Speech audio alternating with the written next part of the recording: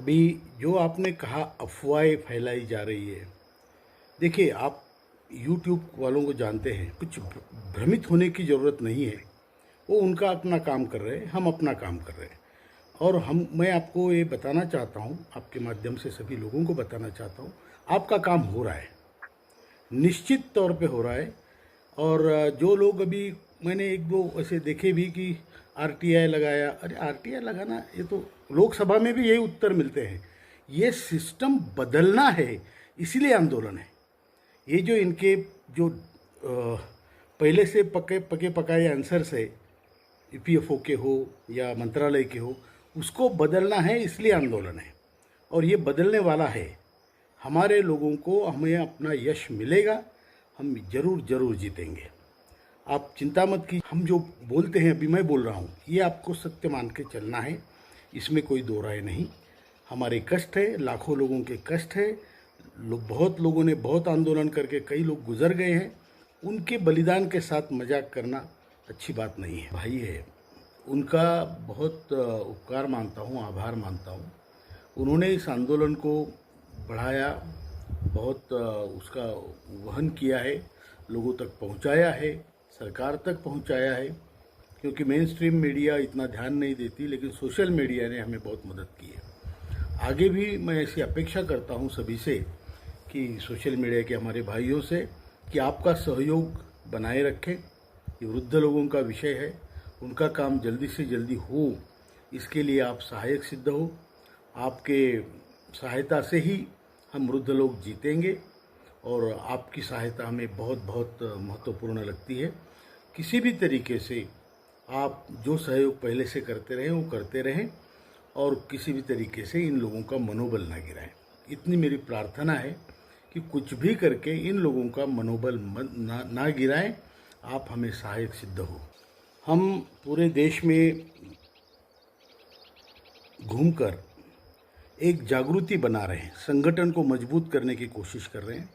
क्योंकि संगठन रहेगा तभी ये काम होगा, एक अकेले का काम नहीं है।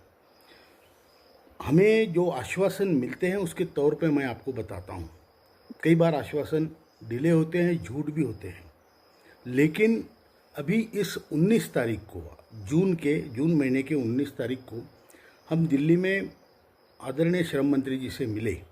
1 घंटे की चर्चा हुई, और उन्होंने स्पष्टतया कहा कि मेरी तरफ से आपका पेंशन का जितना रिकमेंडेशन हो सकता था मैक्सिमम, वो तैयार है।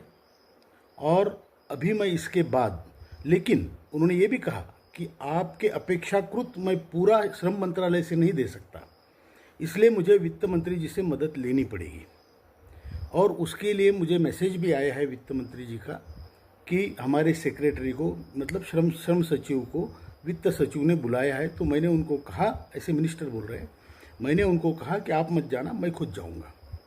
तो उनकी मुलाकात होने वाली है, और उसमें उन्होंने ये भी कहा कि हम दोनों में हमारी अड़चनें जो भी होगी, मेरी तरफ से, वित्त मंत्री की तरफ से, उसके लिए फाइनल जो फैसला होगा वो प्रधानमंत्री हम दोनों को बुला के लेंगे। यहाँ तक की तैयारी हो चुकी है। तो आप चिंता मत कीजिए। काम बड़ा था, लोग हम सामान्य हैं, और सामान्य लोगों ने इतनी बड़ी सिस्टम से लड़ना, उसमें देरी होती है। देरी बिल्कुल जरूर होती है, क्योंकि आप जानते हैं ये जो सिस्टम है, अंग्रेज़ों का बनाया हुआ सिस्टम है, क्रूर सिस्टम है। कोई भी सिस्टम एक आदमी के बस की बात नहीं होती। इसलिए हमने पूरा संगठन बना के, इसमें हर किसी का पुरुषार्थ है, और फिर हम जाके लड़े हैं, और उसके रिजल्ट अभी आएंगे, आपके सामने आएंगे।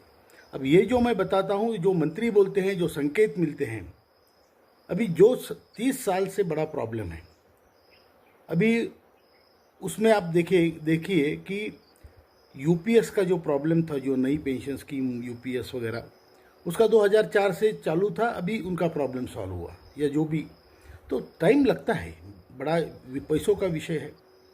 अभी हम जिस दिन श्रम मंत्री जी को मिले, उसी दिन हम डॉक्टर जितेंद्र सिंह जी, जो पीएमओ के राज्य मंत्री हैं, उनको भी मिले। उन्होंने कहा हम आपका काम कर रहे हैं, आपका काम टॉप प्रायोरिटी पे है।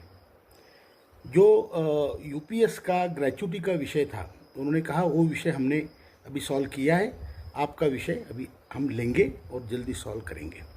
तो आप निश्चिंत रहिए, काम होगा। और जो मंत्री जी आश्वासन देते हैं वो भी, उनकी भी अड़चने है। इफ़िशियंसी एक एक आदमी की लिए बहुत ज़्यादा होती है, लेकिन जब कलेक्टिव इफ़िशियंसी की बात आती है तो वो थोड़ा स्लो हो जाता है। हमारे ऊपर अन्याय हुआ है, हम जानते हैं, मानते हैं, लेकिन हमें न्याय भी मिलेगा, ये भी हम पक्का जानते हैं। निश्चिंत रहिए, आपका काम हो रहा है, लेकिन 99% काम जल्दी होने की संभावना है। वो 1% अगर काम नहीं होता है तो आप कमर कस के तैयार रहिए, बड़े आंदोलन के लिए तैयार रहिए। और जब तक आपको न्याय नहीं मिलेगा तब तक एनईसी चुप बैठने वाली नहीं है। दूसरा संदेश मैं ये दूंगा, अफवाहों पे आप बिल्कुल विश्वास मत कीजिए, लेकिन भ्रमित मत होना। आपका काम हो रहा है, ईश्वर हमारे साथ है, जल्दी से जल्दी हमारा काम होगा। आप बिल्कुल निराश मत होना, और आप बड़े आंदोलन की तैयारी में भी आपको रहना है। इतना ही संदेश है, और आप सबको ईश्वर अच्छा स्वास्थ्य दे, आरोग्य दे, आपको लंबी आयु दे, और जल्दी से जल्दी हमारा काम हो, ये ईश्वर के चरणों में मैं प्रार्थना करता हूँ। धन्यवाद।